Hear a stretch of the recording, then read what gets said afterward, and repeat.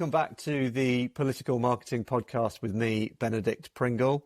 This is the podcast that seeks to understand how election candidates, political parties and campaigning organisations win hearts, minds and votes.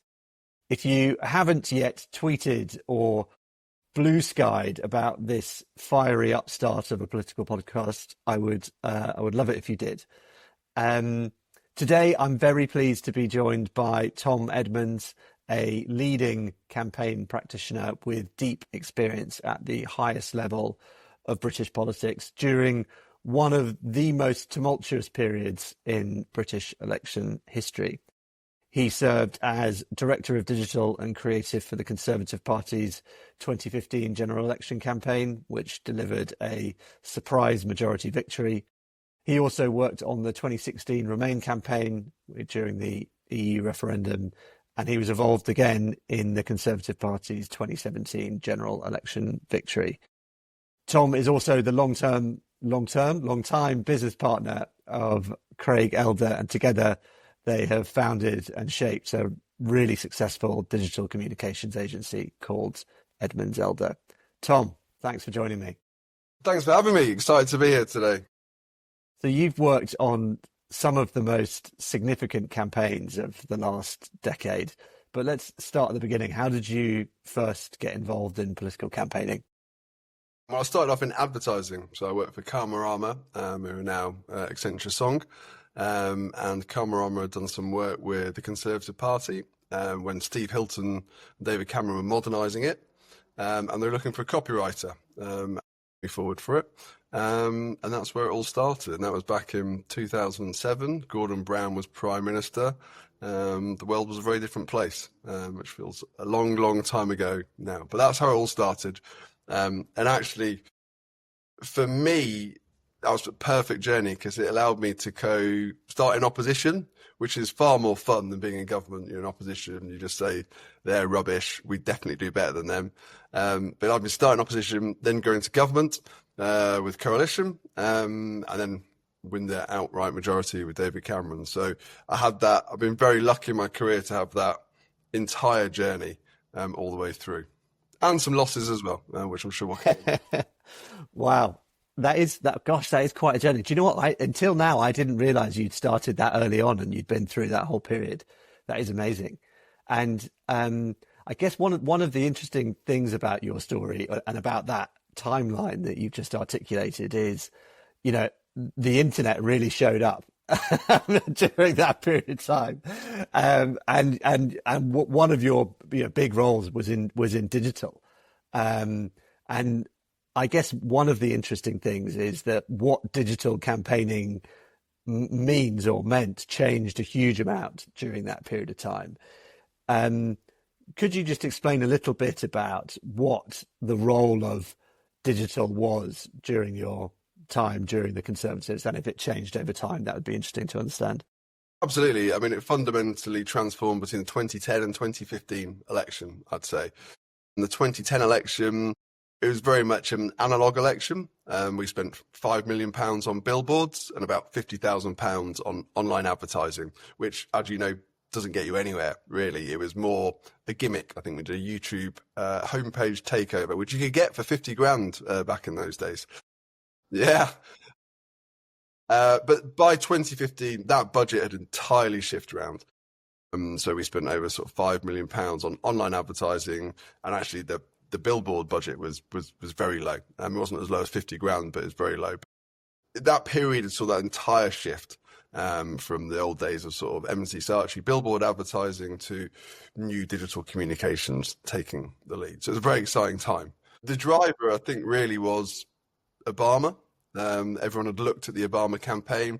I think British politicians are enthralled to their American counterparts. They look at American political campaigns as really the high watermark for political campaigning around the world. And they take lessons from it. And so while we passionately believed in digital campaigning in 2010, no one in the party really believed in it. So it was used as for stunts, for gimmicks, really to feed the lobby. You know, we spent about 3 months working on a game called A Kick in the Balls, which was something to do with Jack Straw and Ed Balls having a fight. And obviously no normal voter would see that, interact with that, but we did it for the lobby. It was almost like a stunt, sort of back in those good old days of doing stunts where people would dress up as Gordon Brown, Bottler Brown, or, Gordon Brown's Porky Pies, pork pie shop, those sort of things. So it really is a stunt. It wasn't actually seen as a way of really connecting with the voters. I think by 2015, Obama had totally changed the game. He'd shown that you could use digital, you could use social channels to reach voters. And I guess two types of voters, right? Well, firstly, your supporters. So you could use their online channels to recruit volunteers, to raise money, which we did very successfully. But you could also use them to reach swing voters. And so when we came back to the party, we left after the 2010 election, but myself and Craig came back in 2013. By the time we got there, we were passionate about digital. We found people in the party who were passionate about it. Plus, they'd seen the success that Obama had had. So it was a really, really opportune time for us to come back and say, look, we think we could do two things. Firstly, from a party point of view, we can get you volunteers, we can get you money using online. And secondly, we can help you reach swing voters. So lots of people in the party were interested in digital as a potential channel. That's fascinating. And what I find fascinating about it is that it seemed to me and to lots of other commentators that the Conservatives in the 2015 election made a big sort of leap on the digital side of things and were using it, as you say, much more seriously. It wasn't a gimmick. It was, it was a core part of the campaign. And Labour didn't seem to catch the drift. I wonder why that was, because as you say, Obama had made it very clear that it was possible and or even necessary.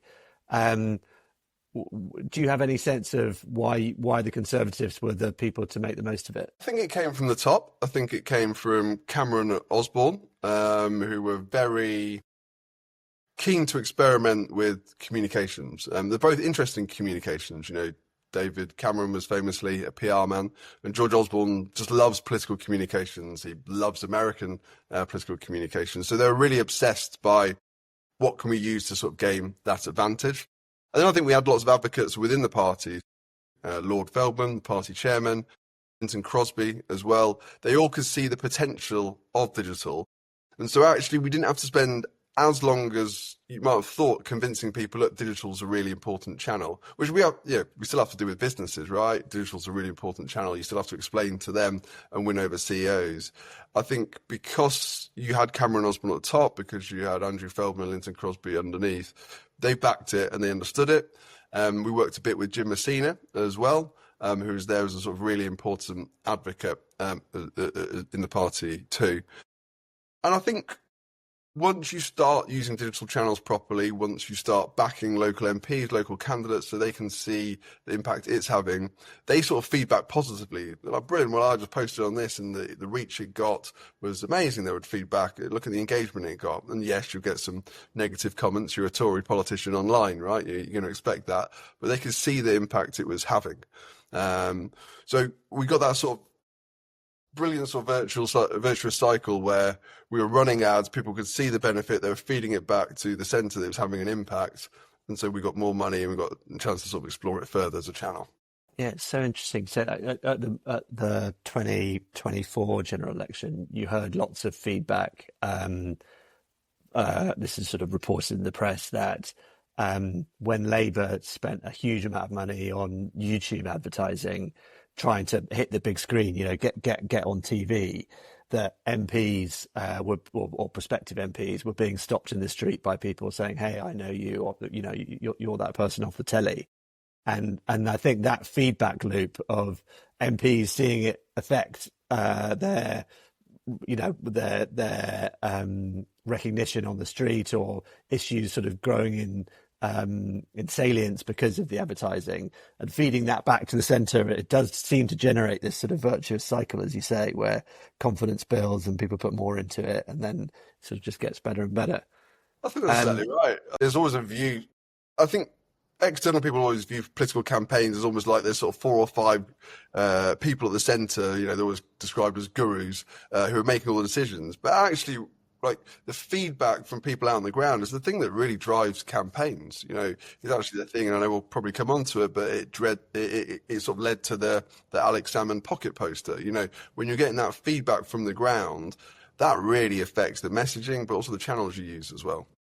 So let's talk about, because the Miliband in Salmond's pocket, I think, is the best political ad of all time, and potentially the most effective and consequential ad of all time. I sort of say, without that piece of advertising, I'm not sure that the Conservatives win that majority. And then you can sort of follow on from there. If the Conservatives don't win the majority, there's no referendum. We stay in Europe. You know, there's all sorts of, there's a sort of butterfly effect, I think, of that poster. So tell me about that. How did that sort of come back from a piece of feedback from the doorstep? What was it like, you know, when that ad first sort of started appeared? Was it love at first sight? Did everyone know it was going to be great straight away? Yeah, I'd just love to hear more about it. Yeah, I mean, I think to add to what you were saying, I mean, I think it's the last great political poster. I just can't see the way communication has changed. I cannot see there being another great political poster that sort of crystallizes what everyone is thinking, managed to sort of actually resonate with people on the ground. It came about, I mean, we'd gone through the narrative that there's a coalition government would lead to Labour propped up by a coalition of chaos. And you kept on hearing these groups and the focus groups sort of up and down the country, this idea that, look, Alex Salmond, Ed Miliband's weak, you know, he's perceived as weak, you know, he sort of doesn't have that perception of strength. He's not tough enough, as he famously said in his interview. And there's the belief that Alex Salmond, at that point, was a very dominant figure. He was a very aggressive figure. He was a very bellicose figure. He was seen to sort of stand up for Scotland. And it was very clear that if you put these people together, who was going to win? Who was going to be sort of the dominant factor? And that just came back time and time again in focus groups. And we'd run Facebook ads on it. We developed sort of creative that had him sort of Miliband dancing to Gordon Brown's tune, but we were looking for a poster idea, and we briefed M&C Saatchi on it, and they came back with this sort of classic M&C Saatchi ad, which was, you know, has no words on it whatsoever. You know, it's all about the visual. It's all about the visual. It's very simple. You know, it harks back to that tradition of Labour's not working. It harks back to the tradition of boxing glove for Labour's tax whammy. It harks back to sort of tax bombshell. It has all the sort of hallmarks of a great party. They came in, they presented it to myself and Lynton Crosby. I don't think, obviously, what happens with these great ads is everyone claims they knew from the start it was amazing. Yeah. I sort of thought it was good. I sort of quite liked it. I had a question about whether people would get it and people would understand it. I had a question about Ed Miliband's face. He looked quite like a lemming to me. I don't know whether people would instantly recognise it. But the minute you sort of tested it in groups, they were like, oh yeah, that's brilliant. That's brilliant. And I think it's very interesting when you test ads in groups, like great ads, they sort of recognise and they understand straight away.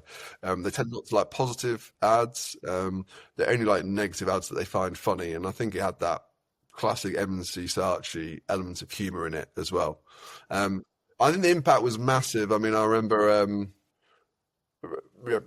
the Remain campaign, you end up getting close to sort of people on the other side of the fence, you know, sort of Labour political strategists, and they were talking about the impact that had psychologically in their constituencies, and actually they were getting it fed back to them. We talked about the impact on the doorstep. Yeah.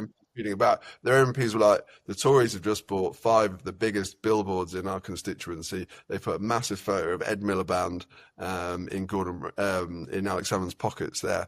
Like, what are we doing about this? And there was panic. It caused panic amongst Labour ranks, and I think it resonated with voters.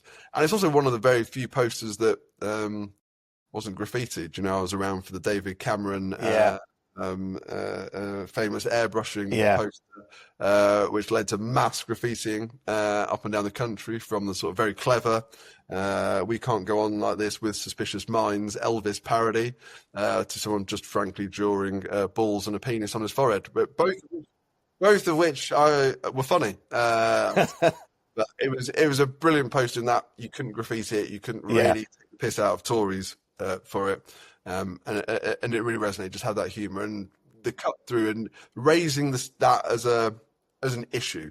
I guess obviously you're working advertising, so I'm teaching you to suck eggs. Like a billboard, you can only communicate so much, but what you can do is raise the salience of an issue, and I think that raised the salience of Ed Miliband as a weak leader, and this idea we want to avoid that coalition.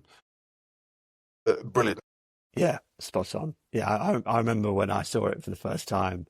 I remember texting someone. I can't remember if it was you or not, but I remember texting someone saying, "This is gonna be massive." From that first moment I saw it, I just thought, "Wow, this is going to be amazing." So I want to touch on Lynton Crosby because you've obviously worked with him very closely, and he's a master of the game, isn't he? So he's known for message discipline, and my assumption is that he runs a tight ship operationally too. Is that the case? Is he the message guy and the operations guy?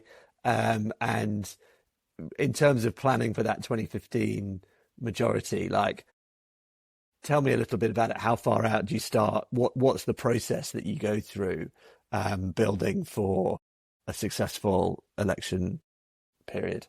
Yeah, I mean, I think a tight ship's a slight understatement, if I'm brutally honest. Lynton has the phrase, and Lynton has many phrases, most of which have gone down in sort of political folklore, but, you can't fatten a pig on market day, was his expression. And we might come on to 2017 election later and talk about that and why it was different. But Lynton started that campaign 3-4 years out. He started famously, again, to use the Lynton Crosbyism, getting the barnacles off the boat. Clearing away all those issues that are a distraction, and you look where Keir Starmer and Labour are at the minute, and there's a lot of barnacles to clear off. But that takes someone who, to do that. I think it's probably worth sort of touching a little bit on Lynton as a man. There are very few. I've met two people in British politics. One's Andy Coulson, one's Lynton Crosby, who could go and chat to any voter in any constituency and be at their level and understand them. And, Lynton always talks about his process in a constituency. He goes round, he jumps in the back of a cab, he goes to the pub, he gets his hair cut and chats to people, and Andy Coulson was very similar as well. He could go and chat to people for that, but they can also go and mix it with the Oxbridge boys who frankly ran the party. They can mix it with the very clever brains, the sort of very sophisticated men and women at the top of the party. So they can sort of talk at that level where they understand voters, but they can also understand how to convince very clever people who potentially aren't as in touch with sort of day-to-day voters of what they need to do.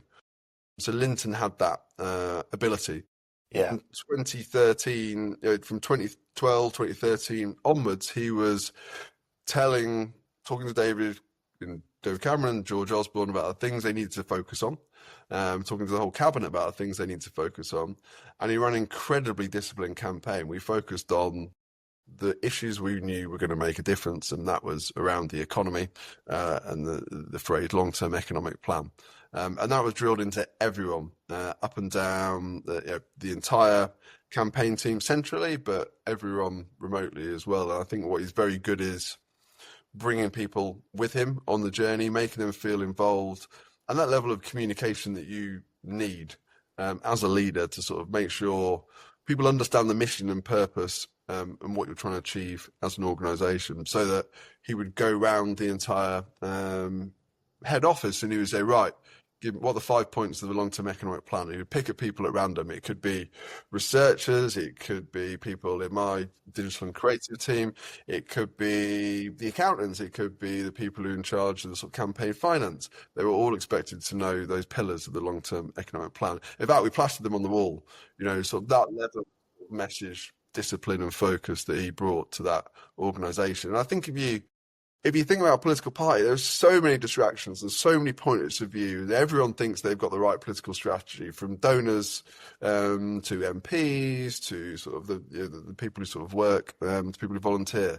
So he managed to galvanise everyone behind what he knew to be the right messages to deliver to the voters, and there's incredible skill in that.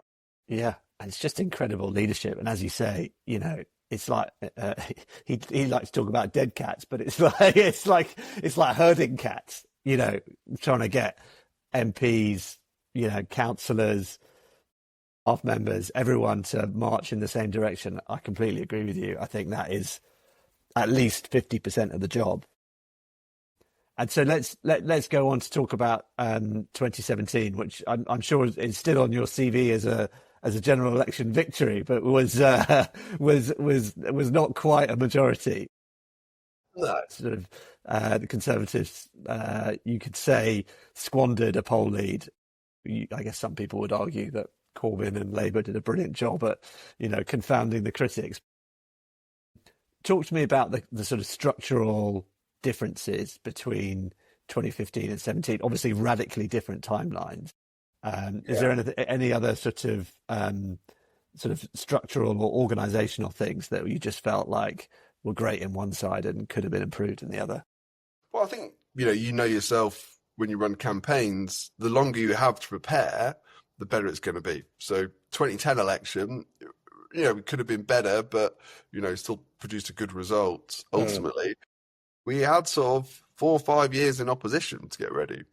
In 2015, we had at least 3 years of Lynton running that machine.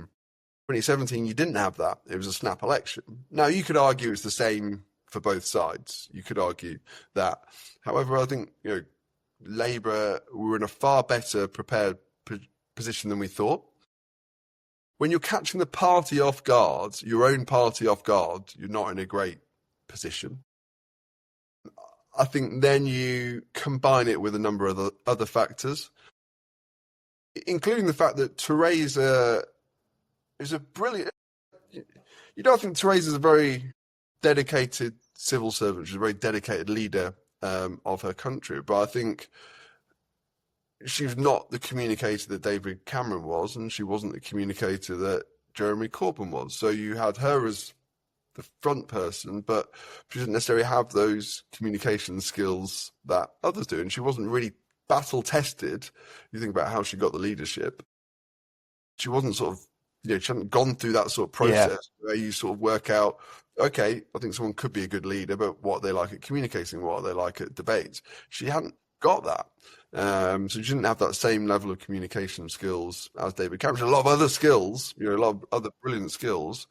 And I remember, there was the Manchester bomb attack happened during the election campaign. Theresa's first response, to absolute credit, was, we're calling Cobra, we're doing everything from a security perspective, we're suspending campaigning. I remember sort of discussing with her team, look, I think we should send out a tweet about it. We should tell her what we're doing. Like, absolutely no, Theresa's first priority is the safety of the country. And that's totally fair, and I totally understand that. I think that's to her credit. However, Corbyn and his team had put out 4 or 5 tweets in that process, and communication to her was sort of secondary to actually the day job.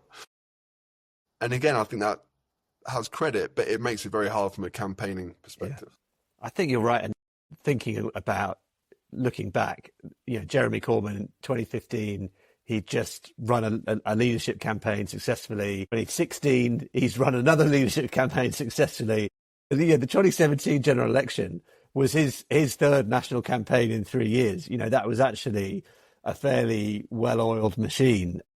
So I think you're totally right. I think the Conservatives misjudged how tight and well-organised the Labour campaign would be.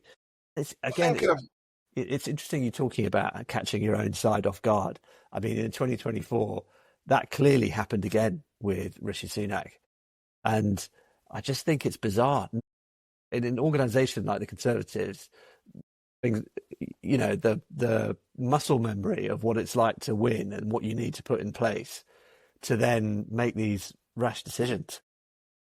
Yeah, I think also there's a probably a misjudging of the electorate as well. And I think we'll probably come on to it, but I think how voters perceive governing parties, how they perceive elections has fundamentally changed. And I think they felt they were being taken for granted. They thought Theresa was trying to pull a fast one, trying to get a big election, a big majority.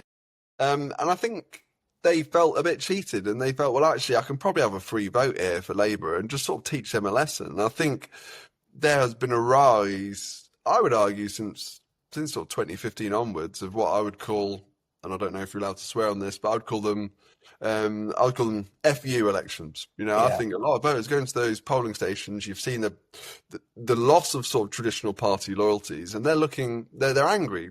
Sort of governments have less solutions these days. Governments have less time to prove themselves. Like 2010, 2015, David Cameron had 5 years in coalition, and it was sort of broadly fine. There was issues along the way, but voters gave him a chance and then sort of re-elected him. It's very hard to see that happening these days. And I think voters felt they'd been taken for granted, and that they weren't going to give her an easy ride. And they didn't. They really didn't. So let's talk about another FU election, which is the referendum campaign. We're so far past it now. It's almost impossible to imagine a situation where Vote Leave don't win that now. It's we've convinced ourselves that there's all these big structural things that were in place that meant actually Vote Leave were always going to win that race, despite it obviously being very close. When you look back at it, do you think there are things from a marketing perspective that could have been done that might have made the difference? Well, you look back at any close election and think, well, maybe if we tried this, if we'd moved on to that. The one thing I always struggle with looking back is, what was the compelling message we were taking to the country? And that is not a fault of the message we had. We just couldn't find one that was as resonant, as compelling, as engaging as the control argument they had. We tried strength, security, prudence, safety. And these are not compelling messages, but they're true. And whenever we tested anything else, and whenever anyone comes up to me and gives me their theory about what we should have been talking about, I'm like, that's just not going to resonate with voters. And I think also, I remember sort of talking to the team running the focus groups, and they're like, we're sitting there, we're going constituency, I think in Newcastle, where we put out our campaign messages, we were sort of seeing what they thought of our material. We're talking about, look, being part of the EU, biggest trading bloc, brings incredible economic benefits to the UK. And they're like, I'll be honest, my kids don't have job prospects. My job, and I remember watching this video back because we'd filmed it, and the builder was like, I've lost my job because we've got immigration from the EU. It doesn't mean anything to me. Like, this is not, and we struggled to find a compelling message that went all the way through. There was this idea that we were better as part of a bigger entity. But I think at that time, people didn't worry actually about safety. Now, it might be different if you ran that campaign now, when you see Russia, Ukraine, and actually start to feel a little bit isolated. We're in a slightly more dangerous world.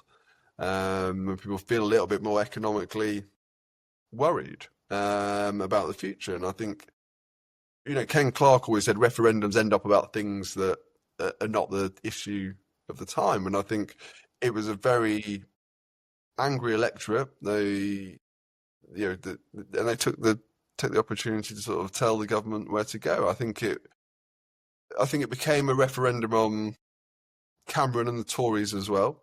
Which is always dangerous a year into your second term. Yeah, you're into your second term, right? Imagine if Starmer launches a referendum now and becomes the figurehead. I mean, doesn't matter what he's advocating, he's not going to win it because he's linked to it. And I think the other thing I would say is there was a naivety. I think, is it a naivety? It was an asymmetric campaign. Ultimately, Vote Leave as a campaigning group, they disappeared straight after the referendum. So they could sort of say whatever they like. Our figurehead was David Cameron and the government. So they couldn't say whatever they liked. they were playing Queensberry rules, and Vote Leave were, street fighters. They're bare knuckle boxing. So, for example, take the issue around Turkey joining the EU. Turkey's never going to join the EU, right? But if David Cameron is asked about that, as he was in a debate, that Vote Leave had put up posters saying Turkey's going to join the EU. That's another 80 million migrants coming to this country. David Cameron's asked about it in a debate, like, are Turkey going to join the EU? He can't say, no, absolutely no chance. They're never going to join the EU. He has to say, well, in order to join the EU, you have to pass three of these tests and blah, blah. Yeah. And all the vote is hearing is, he's not said no, he's not said no, he's not said no. Whereas if you actually set up a campaign group that's not linked to the government, set up a campaign group that effectively sort of disappears, you can actually sort of have a different level of discourse and a different level of conversation with the British public. So I think there was a danger. One of the things I think that held us back was we were the official campaign. We became the government. Yeah, no, I think that's right. And this is sort of might be an obvious question, but how front of mind was it that you were running a national referendum versus what everyone who in the rooms would have been used to, which is a series of constituency or sort of regional elections? How different was the strategy that you were implementing on the basis of it being one big constituency versus 650 or whatever? Yeah, it meant a lot more votes were up for grabs than a traditional campaign. So it was a lot less segmented. So it was a lot about sort of bigger, broader brush messaging. And I think that's where the message like taking back control sort of resonates with everyone. Whereas, again, our message around economic security, around military security, around the social benefits being part of EU brands, they're just not universal messages. Yeah. I think from a campaigning perspective, you still broke it down into groups. You broke it down into sort of different demographic groups. Some of that was regional, but a lot of it was based on age, relative sort of wealth, education status, wealth status, those sort of stuff. So there was still that level of segmentation, but it meant you had to have an even more compelling top level message that resonated with everyone. And I don't think we ever really found one. Yeah, that's really interesting. Okay, so let's sort of come to the modern day, and obviously you are a digital practitioner, now you're running a very successful digital communications agency. So I'm interested to know that if you thinking about your team, let's say back in 2015, and what that shape of that team was like, and the sorts of skills you needed. What is the difference nowadays? So let's say you're setting up a team for the next general election for the Conservatives. What are the types of skills that you would be looking to have now that you might not have had back in the day? Well, you'd have a lot bigger team for the start, would be the obvious sort of start for Tim. I think politicians are often looked upon as quite backwards in terms of communications, but from our perspective, they are the leading practitioner of communications in the entire country. They're always, I would say, at least 2-3 years ahead of where the corporate environment is. And, David Cameron embraced digital, and then Labour politicians embraced it too. And I think that the big trend, the big shift I've noticed is away from slightly more corporate, polished content towards stuff that feels very authentic, very real. And if you look at the politicians that do well these days, it's those ones that have that, are able to sort of connect with people online. They're able to sort of use the medium. They're able to sort of communicate using channels like TikTok and Instagram just as effectively as they are Meta or LinkedIn. They have that sort of presence and authenticity that goes across. So I think the big trend for me is away from polished content and towards that sort of content that feels real and actually is engaging. And if you look at Robert Jenrick's content at the minute, and it's much discussed, much parodied, but it's sort of doing what YouTubers do. He's not just sitting there saying, I think this is an issue. He's not a piece to camera. It's not in a beautifully lit room. He's actually out there at the tube station confronting people. He's actually doing what YouTubers do, which is go and do a thing and film themselves doing a thing. And I think he's tapped into that incredibly well. and the reach that he's getting, the engagement he's getting, because you're actually not just seeing a politician talk, you're actually seeing a politician do stuff. And that's incredibly refreshing. Even Farage, right? Farage is incredibly good talking, but you never see him doing anything. You never see him actually positively contributing to society. Whereas, I think you look at what Jenrick has done and what he's taken from, sort of YouTube influencers and that style of content, I think is incredibly compelling, and I think that is increasingly going to be the way forward. Yeah, there's a piece in the New Statesman this week about Kemi Badenoch, and it was saying, one of the major jobs of the leader of a political party, particularly in opposition, is, be in people's social feeds every day.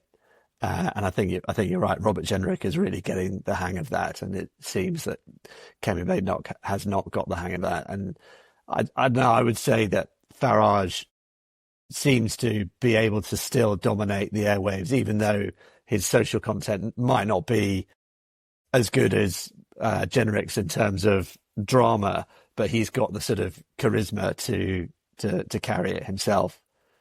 Right.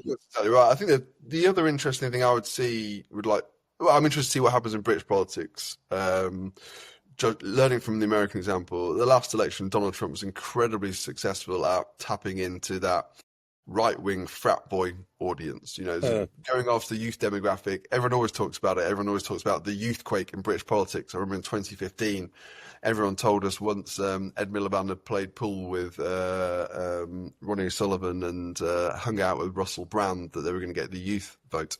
But Donald Trump managed it, right? He managed to go and hang out. He was on the right shows. He was on the right podcasts.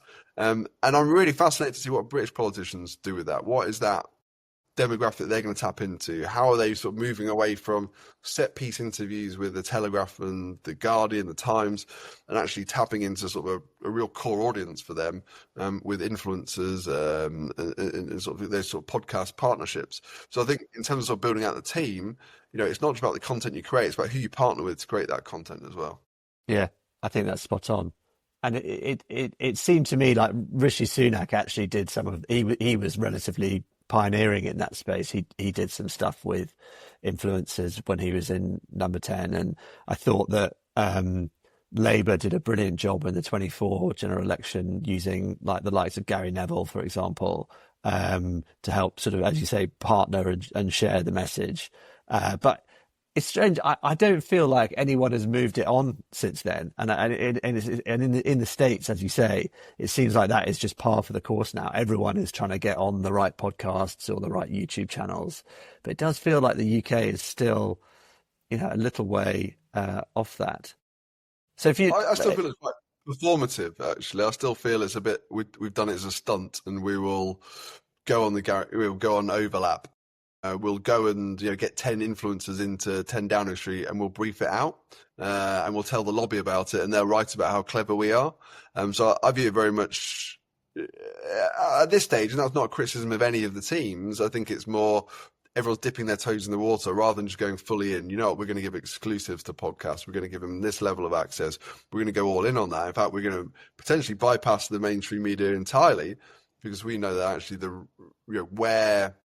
where messages are formed now as digital channels. So we're going to go straight to them. So I think it is waiting for that candidate who takes that risk and just goes all in on it. Yeah, I could totally believe that candidate could be Nigel Farage, and I think he has that same profile where people would be interested to have him on because they'll know he'll drive big numbers. They'll know he'll say things which will spark debate. So yeah, I would say watch that space, because I could totally imagine him being the one to make the most of that media environment. You've run campaigns where you've been on the opposing side to Farage before. So even in sort of 2015, Farage's party UKIP was still a thing then, weren't they, in 2015? And obviously in the referendum, he was a big part of the Leave campaign, albeit not the official one. Having sort of been on the opposite sides of the trench to Farage, what do you think his weaknesses are? I think his strength at the minute is, I think he's the only political party with a compelling and true narrative. And his narrative is that those two have been in charge for however long and things haven't got better, which ultimately is true. So I think he's got the most resonant message at this point in time.